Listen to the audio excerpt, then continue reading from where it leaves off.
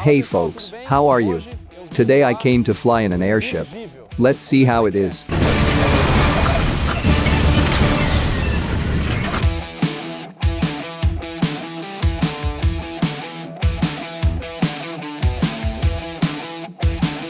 Before taking the flight with the airship, I came here to the factory to show you a little how this aircraft is made. Right here there is this tubular structure, which is what makes up the gondola, the structure of the gondola. And it's all fiberglass coated.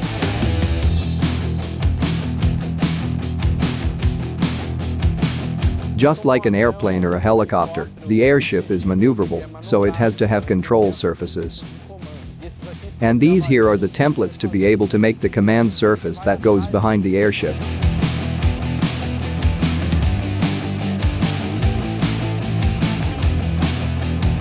Every envelope is manufactured here in this room, and it is not just any room. It is a completely sealed room to avoid contact with impurities from the outside.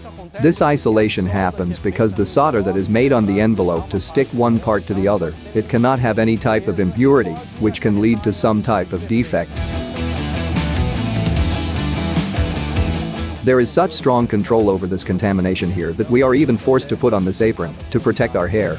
And also, in the case where I'm wearing socks, I take off my shoes, but put on a foot protector. I came in shorts to record because it's hellishly hot outside, but it's cool in here. So that's why I was like this. The manufacture of the envelope for that balloon is made with various types of fabrics, so here are some fabrics they use. Here's a much smaller envelope, about 10 times smaller than the airship I'm going to fly in a little while that they use for testing, but you can see how the soldering is like I mentioned.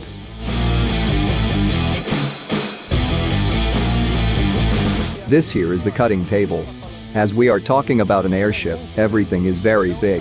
So, this cutting table is 50 meters long, which cuts these pieces.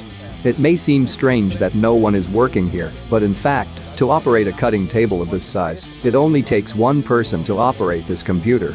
There isn't a production line making several airships here because this aircraft is still in the certification phase. After all, it is a 2015 project that for the aeronautical market, from 2015 until now, we are in 2018.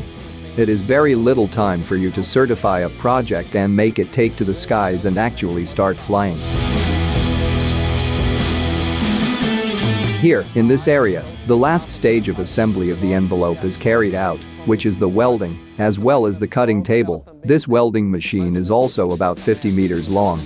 It runs on a rail, and it welds the fabrics that are cut from that machine. Here is the last manufacturing step. In fact, I wanted to take a very brief look at how an airship is made. But what I really want to do is fly.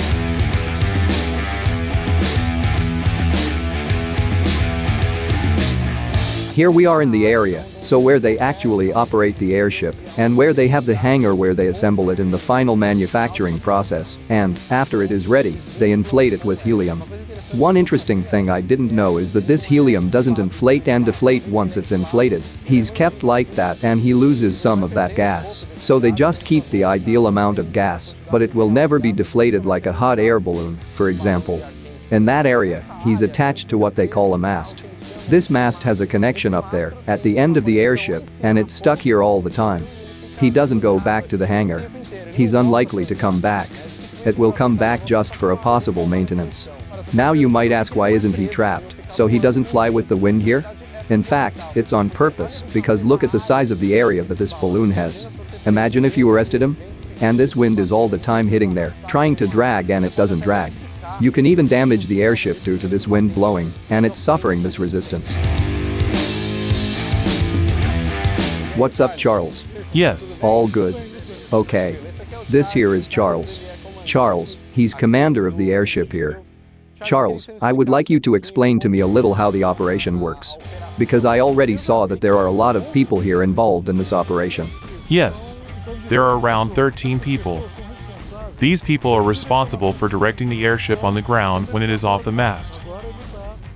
Now he's stuck to the pole, so he doesn't need people here, just one to take care of his static situation. Check the airship, pressure, temperature, winds. This mast docking is a much easier maneuver than getting in and out of the hangar. To get in and out of the hangar, I need very calm or zero wind. Only, if you leave it in direct time, doesn't it damage it? No. It has a layer of protection against UVA and UVB rays, etc. And the time of the envelope in the sun and rain, etc. It's 10 years. Now he's trapped, we're going to fly. How does this part of leaving here, taking off, landing again work? When I'm going to make a local flight, there's a person on top to unlock it, and when everything is ready to leave the mast, it's unlocked and we do the pushback and go to the takeoff location. I understood. The pushback is even the same name as the plane, but it is not a tractor that pushes backwards. They're people. A larger airship can be made with tractors. I already understood what that part is like, but I don't think the day can be complete if we don't get on the airship and see what it's like. Okay. Let's go then.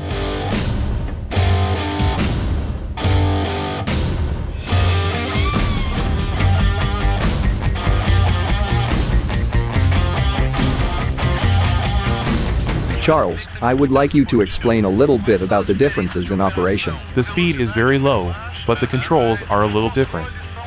They are much slower than the drone. It reacts very much to the wind condition. Normally, we will operate it like this, always in the direction of the wind. I'm noticing your course of command, it's pretty broad. No, because he commands him, as I said, he has a portrait. So I go as far as I feel, you start acting and I go down acting. Okay, I understand. So, you have to sort of predict how he's going to behave. Yep.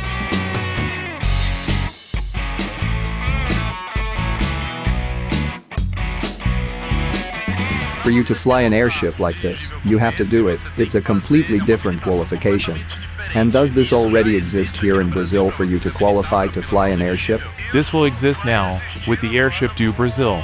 We are in the process with ANAC for approval of the courses and the 2 instructors, in this case, which would be at the beginning. Are there more airship pilots here in Brazil today? Current drivers with current license, I'm the I. In the old days, we flew the other airship. We were 4 pilots. This one of the oldest, you're saying, the one that everyone knows, in Sao Paulo and Rio, which was from Goodyear, right? Exactly.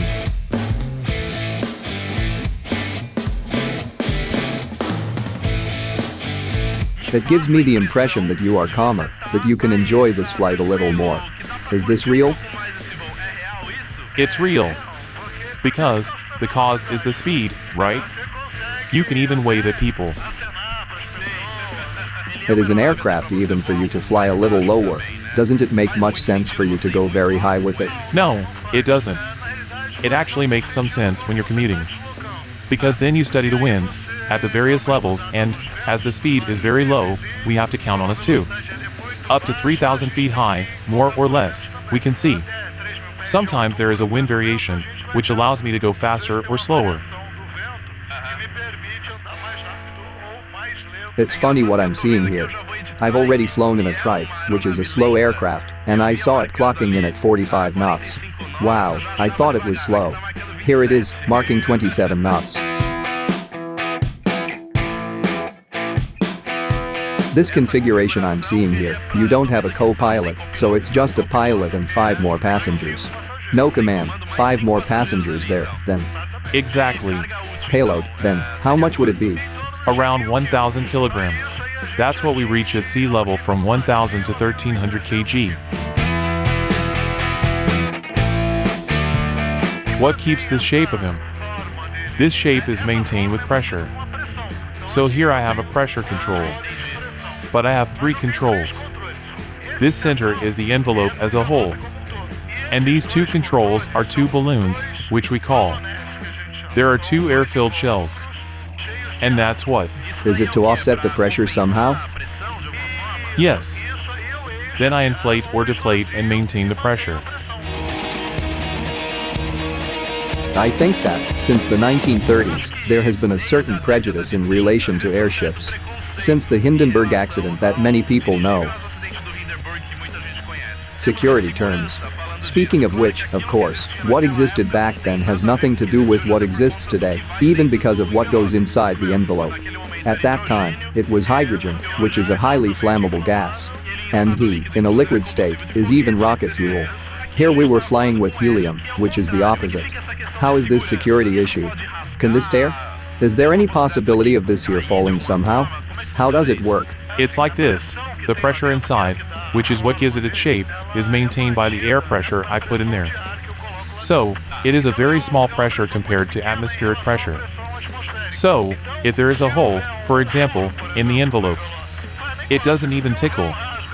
If I tear up to about 50 centimeters, depending on where it breaks up to 50 centimeters, I can return to where we are, land with the greatest peace of mind. It is a much safer aircraft than a plane, for example. If I line up the engine here now, I'm still floating.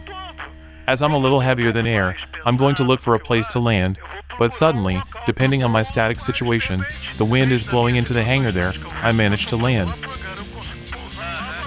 And here it gets even better because it practically eliminated the engine. Yep. You can even take the phone here. Just to get a feel for what it's like. Of course, he didn't turn off the engine, but it's at idle, right? It's at full idle. It's an ideal aircraft for you to really enjoy. I think that's why one of its purposes is to do a panoramic flight, right?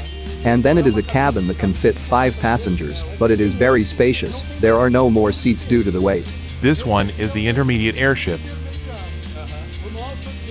Our goal is a cargo airship, that is, it is a much larger airship than this one, with varied capacity, which can reach 30 or more tons.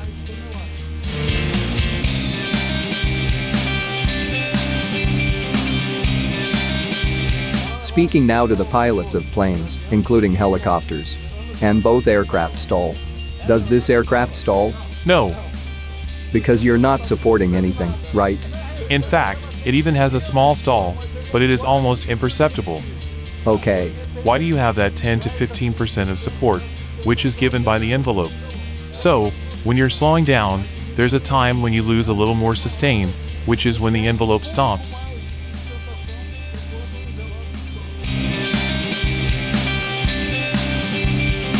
One thing I noticed is that the turbulence is very low because, at this time of day, formation starts here. On the plane, we would be shaking a lot. And here you don't shake anything. It's very quiet here. So it's more windy. What happens is that every now and then you get a thermal, you lift your nose.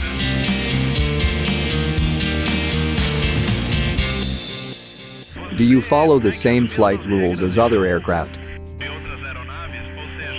What kind of airspace can you fly with it?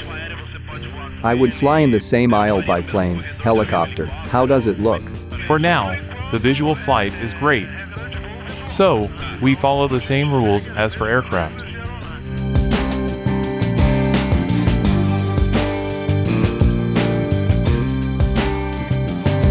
Did you start in aviation, in the airship?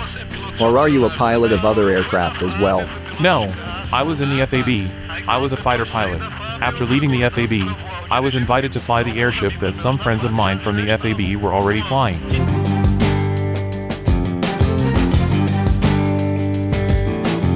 In the case of an airplane, everyone knows, for you to land, you have to make the line, make the circuit, line up with the runway and land. Helicopter, it's the same with the helipad. The airship? It has to align with the wind.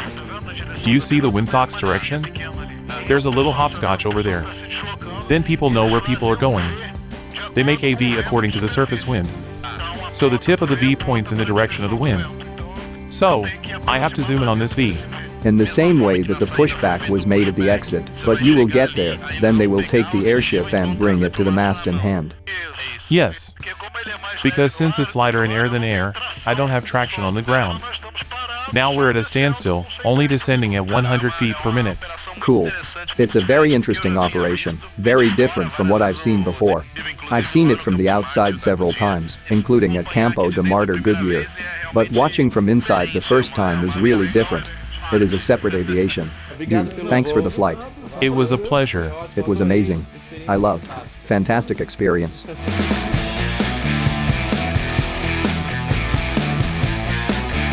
It's an incredible feeling to fly in an airship like this one. I hope you enjoyed it, and also don't forget to like and comment if you ever had the opportunity to see the airship up close or even fly in the airship. So, that's it, until the next video. Bye.